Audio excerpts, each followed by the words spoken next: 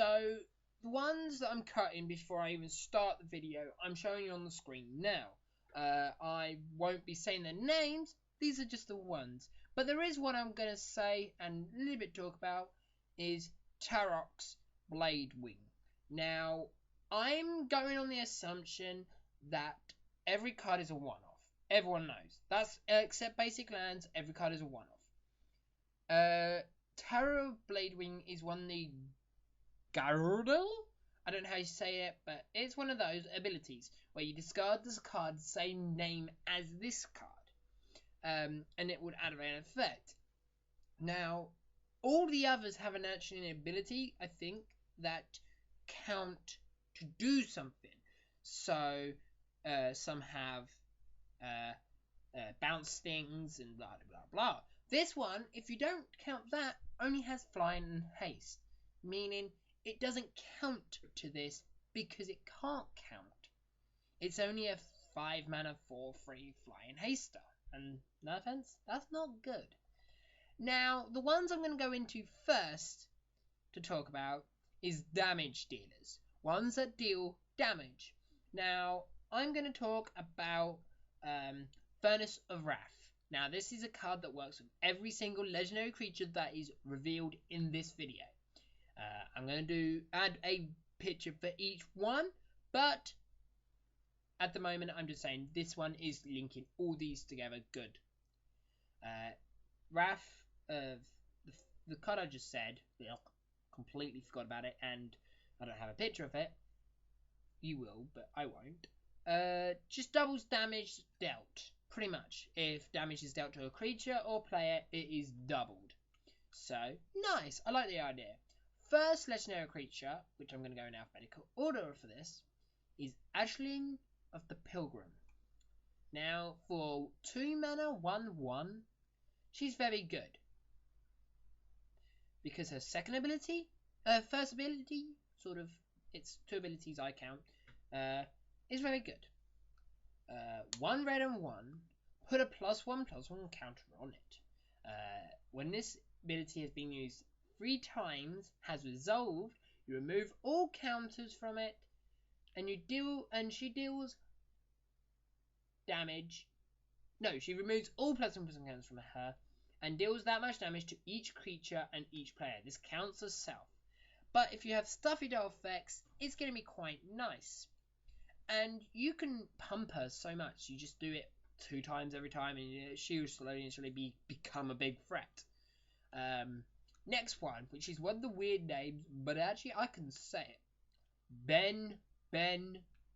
I'm just going to call him Ben. Ben. Okay, so Ben is a 1/1 for 4 mana, double red and 2. Meh. But his ability is worth it. Tap.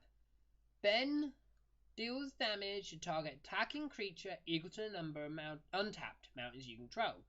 Meaning, it's pretty nice. You deal damage to attacking creatures, maybe threaten them away from attacking you.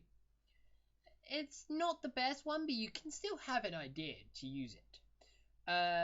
Dong Zanju, the Tyrant. I'm going to call him Tyrant because I don't want to say his name again. When he enters battlefield, you just choose a creature, target a creature that opponent controls, and that creature deals damage equal to its power to the opponent. So, to that player. So, if you hit a 3/3, they take 3 damage. It's not the greatest for 5 mana, but red and 4, 3/3, you can use a lot of flickering effects or recursion effects to make sure his ability keeps going off. Next one, which is the most douchey one out of these, Heartless Azure. Well, I'm going to just call him Heartless because I don't want to say his second thing. He's a 5 mana 4/3, double red and 3. Awesome card. I like that. He has a tap ability. You tap him, he deals damage to each player. Damage equal to half of that player's life total, rounded down. This guy is one of the guys that you must have lifelink on, or you're going to be in trouble. Because, boom, they could kill everything. It could just harm you more than it harms anyone else. But giving it lifelink will recover you there. Next one we're going to talk about is Isha.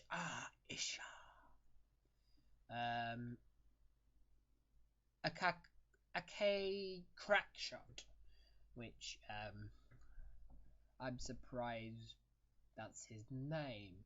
Anyway, whenever opponent, it's a 2 mana 1/1 1 and red, which we're back to.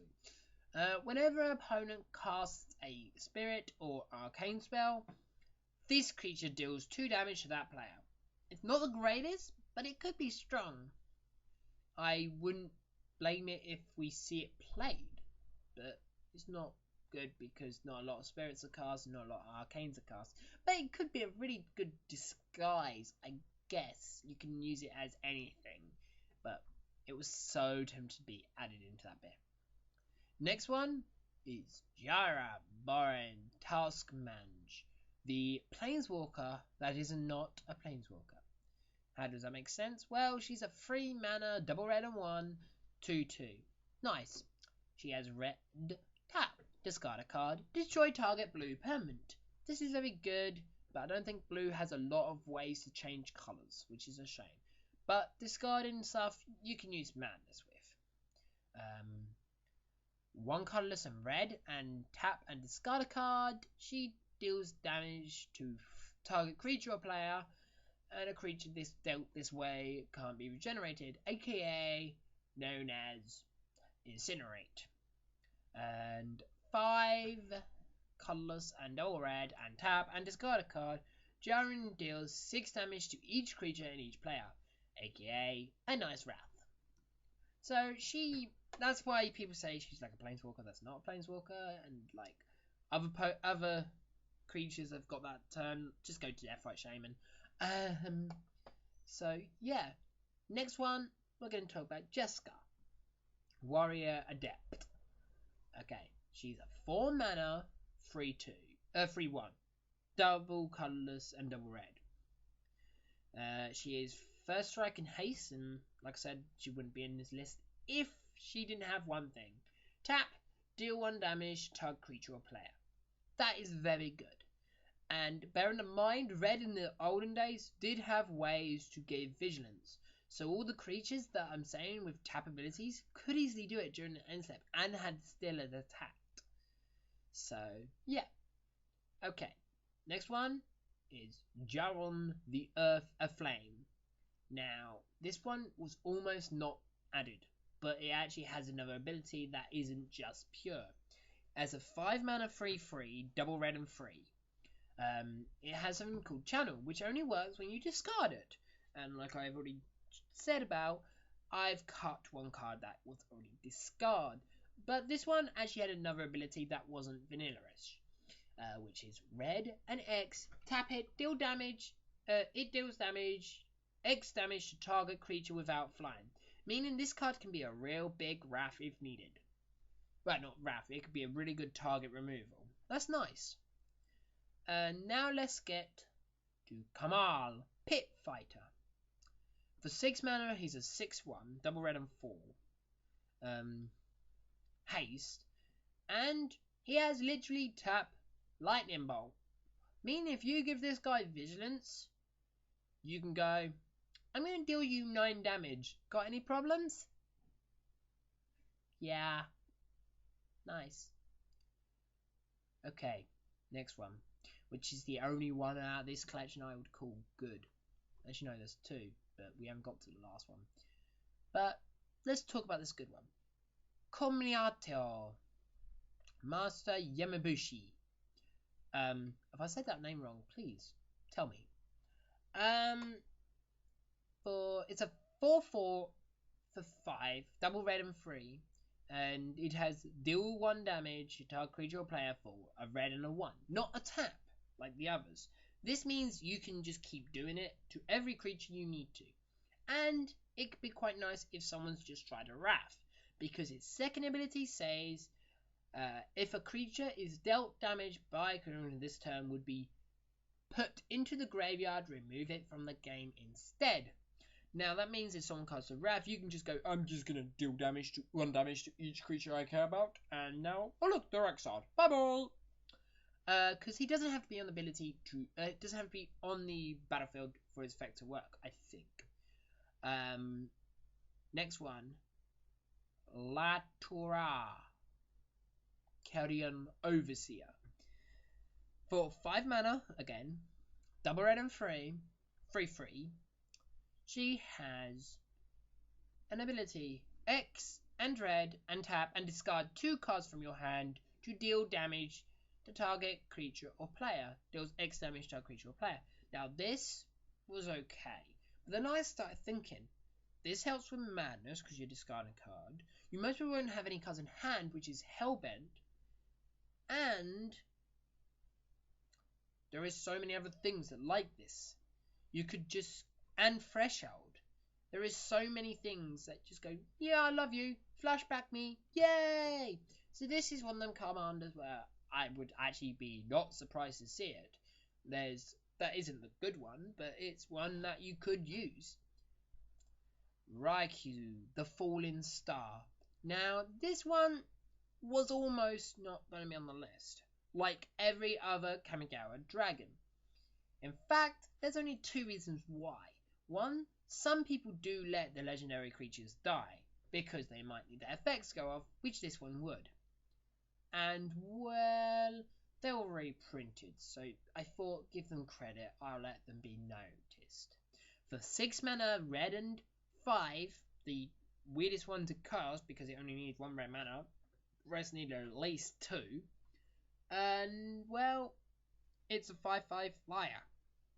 When it dies though, it deals 5 damage to each creature without flying. This is very good. You can make a based flying deck for mono red.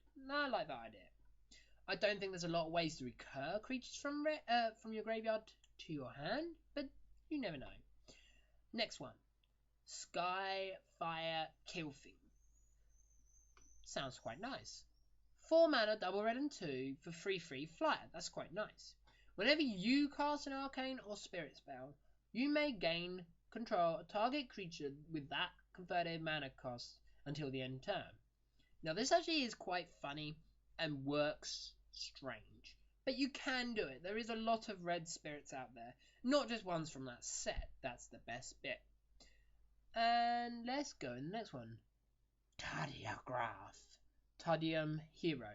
I'm so sorry if I said that wrong. I think my voice won't like to say that properly. For 5 mana, double red and 3. It has 4/4 and has Vigilance. Like I said, red in the past did actually have Vigilance. It just doesn't have no more as common as normal. The last one is Rafar that we did actually have in red. But that's a legendary creature. It can counter. Anyway, this does have a second ability. 1 in red and tap. This guy deals damage equal to its power to target creature. That creature deals damage equal to its power to this guy. Now, can I just note 2 things? 1, this isn't fight, meaning it can die first and then you don't actually have to fight that creature, because if that creature's dead then it doesn't matter. So giving it Death Touch is very nice for that ability. Second thing, Blood Rush. Loves this card to bits. All I have to say about that one. And the last one, which is actually a playable one. So out of the whole list of damage dealers, there's 2 that's playable. Oh yeah. Zor, the Punisher. Now I have seen this played by Topico Productions, and that was a nice video. That's why I said this is the only out of the others that I've seen played. Whenever a land enters the battlefield, this card deals 2 damage to land controller. Meaning you can play a deck that has like red mana cost 1, 2, and 3, and you just play artifact mana based things, artifact mana land things, and you can sort it. Right, that's the end for this week, guys. I hope you enjoyed a 14-minute video, and well, I hope to see you tomorrow.